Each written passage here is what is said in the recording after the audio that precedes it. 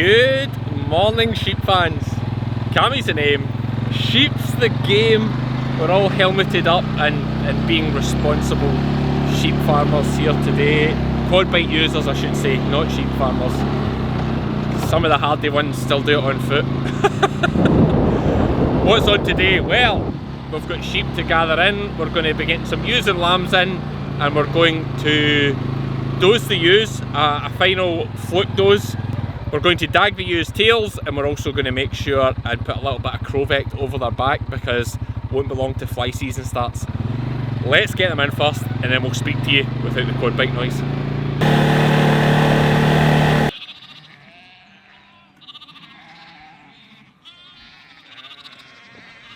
So this is the tricky spot right at the last, when you've a group of lambs left and only a few ewes, and a little bit of patience is required, just to patience and a bit of luck. Lie down, Fern.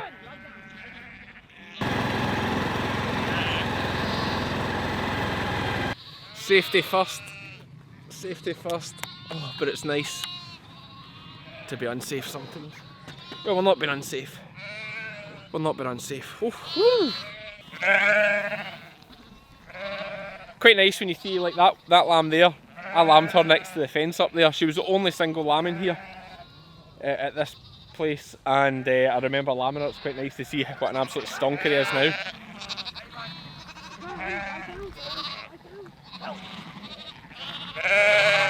This is actually Fern's first time working with ewes and lambs. And I should say as well, I'm using a different camera and microphone today.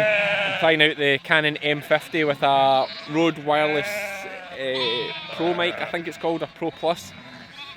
But it's directional, so I have to be in front of the camera for you to hear me, which is a bit of a nuisance. I think I'll go back to my other mics. So we have, this is Fern here. That's Meg, who you've seen all through lambing. This is Sky, who's our number 2 backup dog. And this is Bill, this is Jock's dog. Now, the problem you have when you're moving sheep, apart from the fact that one guy's standing messing about with the camera, is that every time the ewes take a few steps forward, they want to double back to check their lamb's still there, and then the lambs get mixed up and the ewes want to run back and forth to find a lamb, so that's why it's quite a slow process moving them along, but you just take your time. You always get there eventually.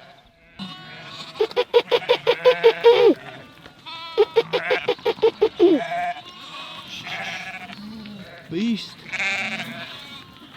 Okay, so the sheep are in, as you see behind me here, and as you saw as we brought them forward. What we're going to do today, let me talk you through the process. Let me show you some of the things that we have as well here. So first up, my handy assistant here is going to show you the Crovect. So this is essentially going to be used for fly prevention in this instance. It does do ticks and all sorts of head fly, well that's to do head flies, biting lice, ticks, blowfly. Blowfly is the thing we want to prevent because it's starting to heat up. The ewes are getting a little bit dirty at the back end, and it's all about prevention before the shearer comes. What I find a lot at this time of year is people start phoning me going, Cammy, I need my sheep clipped because I'm getting fly strike, but the sheep aren't ready to be clipped yet because they're not long lambed. They're needing time to get some condition back on and get a thrive so that the wool comes off nicely. So what you need to do is prevention, and that's what we're doing today. So we're going to dag all the tails, which basically means we're going to clip all the tails. We're going to dose the ewes with a fluke dose. Now this is Rycoben SC. It's most commonly known as a white wormer. It's the first dose you'll give your lambs. Alright. Now, white wormers are pretty rubbish. They're only really good for Nematodirus, which has a 1-year life cycle and doesn't build up any resistance, as far as we know. So that's what we use the white wormer for. But it also works to kill adult fluke. So although we're dosing these ewes with a wormer, we're not like 90% resistance to white wormers. So it'll have very little impact on any worms in these ewes. And I never actually worm my ewes. You could argue this is worming them. I'll accept that. But the target here is adult fluke. Done a few dung samples. There's some signs of fluke there, not a massive burden. But we want to just clear them out, ready for the summer grazing, so they can keep the condition on and feed these lambs as they get bigger. What else do we have, Lizzie? Ear tags. So we're just making sure any ewes that may have lost a tag at any time, we always just keep these handy when we're working with them in the pens. They need to get a replacement tag. We'll show you that if it happens. And any lambs that weren't tagged when they came out, or if they were born here and haven't been tagged yet, we'll get them tagged, get them onto our flock watch system. Jock, do the thing. No, it's upside down. That's it. It's the right way to me, it's upside down to you. That's fine. So yeah, we're going to get them on our flock watch system on the app. We'll maybe show you a bit of that as well. I think that's us. Is that us, team? A few rings just in case we need to... Oh, a few rubber rings for any lambs that have been missed or born here within the last week, of course. I keep looking over here because there's a little screen behind the camera. Let me just show you. Oh, no, hang on. Oh, no, that doesn't work. Anyway, I'm looking forward to see what this footage is like. The camera's a nuisance to hold though because it's big. In fact, here, let me just show you. I'll do it this way. There you go. That's it there. That's what we're using today. Not as handy as a GoPro. Okay, so it's a bit chaotic. We're all doing different things. I'm trying to mess about with the tag reader. Lizzie's doing all the hard work here with the crutching, or the dagging rather. Oh, through the glove. The pressure of the camera, and it drops here.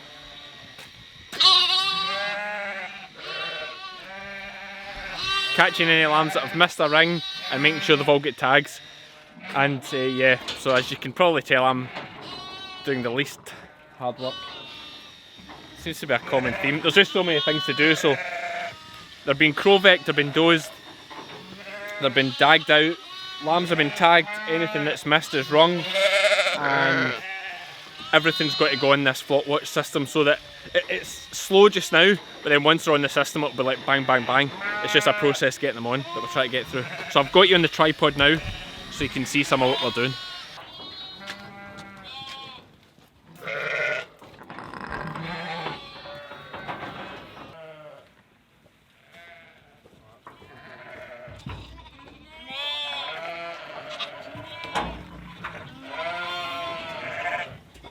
Okay, so we're still on the same camera, but I've swapped the microphone because the one directional microphone isn't good for explaining things to you.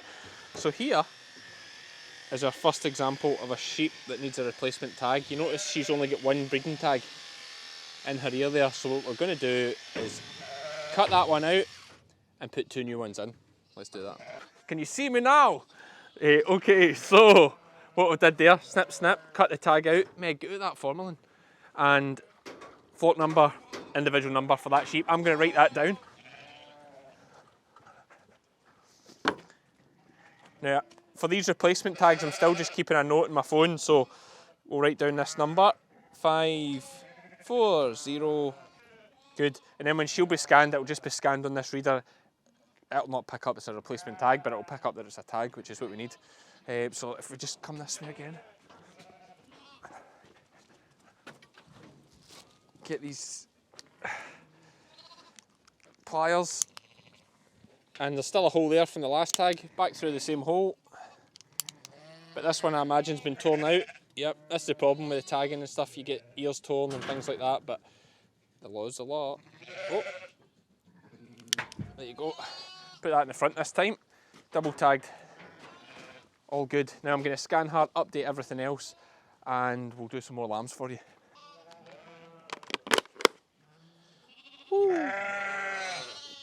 Rubber rings from Heiniger, of course. Illustrator? No, Illustrator. Only the best. Lycabin, yep, and then we're going to do Lizzy by Cammy. Dose per animal per day is 24 mil. Just 24 you put in. That's it. And then scroll down. And just treatment reason, we're putting liver fluke. Is it on the little Just search liver, there's so many, or fluke guy, liver fluke. That's fine, and then next, that's all we need. Continue, and then just scan the ones that we're doing.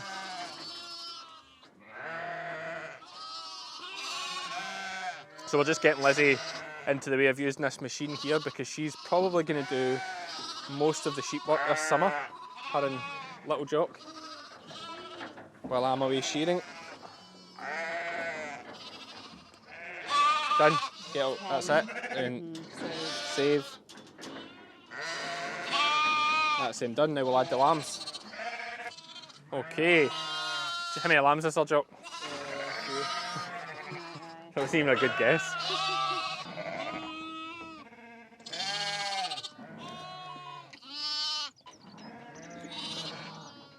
some of you may have noticed we've added some sawdust to this pen because we thought we had some but we didn't, so we got some picked up. Massive tip. I bet some of them are already on the system. Massive tip for folk. Like, a lot of you will know this, but if you're working with ewes and lambs in the summer, pens have to be clean. Lots of sawdust down, worth every penny, because these lambs get covered in dung, sliding about, the sheep get covered in dung. Doesn't matter how much click you've got on, you'll still get fly strike problems. Well, if you bathed it in click, you probably wouldn't, but you know what I mean. Right, you got them all? Blue spray for that. You want a blue spray at sear? Yeah, so here's one of the many issues I have with tagging lambs and the idea behind it. I get why it's important for management, etc., but you see how the tag is slipped round? I gave this lamb a sore ear, so we're going to give it some blue spray here. Maybe try and slip that tag back to where it should be as well. That's not it.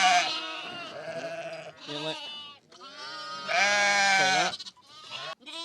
So you see here, lambs are starting to really take a bit of shape. They're sort of 3 weeks old now. The oldest one's here. Oh, that's a Charlie lamb. Really nice looking Charlie lamb. One big one. Lamb. Come on.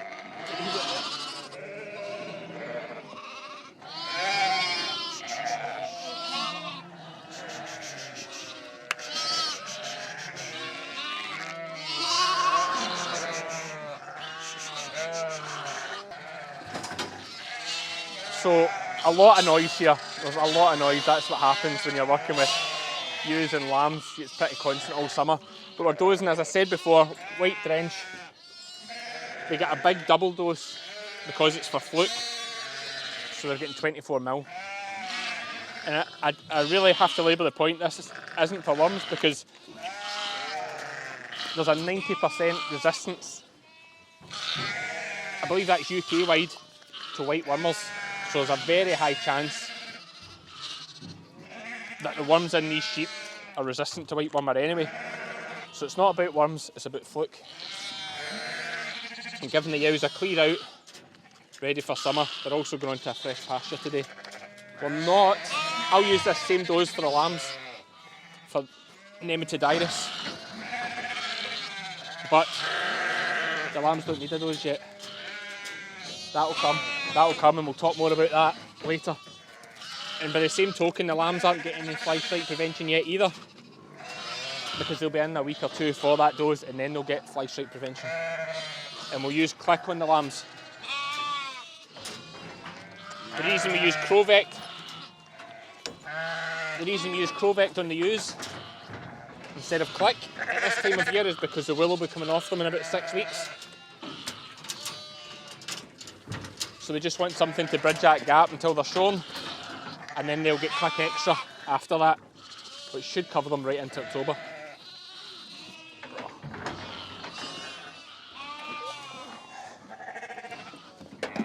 Okay, so some racket, I know. That is this batch done. We're going to get them back down and we've got another little batch to do. Sheep fans, we have the second batch in. Good looking ewes. Pleased with this batch. They've had slightly better grass. They're not really any older. Well, that's a lie actually. Most of the lambs will be slightly older. But these are homebred mule, homebred Cheviot mule, homebred mule. She's a 1 crop, now a 2 crop when she's shorn. Same age. That's a hog. A wee hog there. Just had a wee single. That is a 2 crop, now a 3 crop ewe. Homebred as well. Homebred, this is a bought-in gimmer. And this is a bought-in thing as well. A Texel. Oh, I bought that from John. That's for John Patterson up Darvel. There you go. Bought them out here. And with a wild hug there too. You know, the lambs, what about that lamb joke? That's hey, look at that. Oh, you're showing it beautiful there. Oh, that's it. A leg in each corner. Great to see. Tags.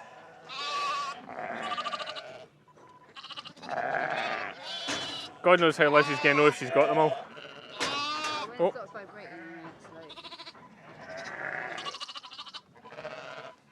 And guys, we're quite erratic, we're just jumping in and out, but I promise that when I sit the camera down, I actually do some work. It's just that, like, they don't hold the camera so much, they just want to work all the time.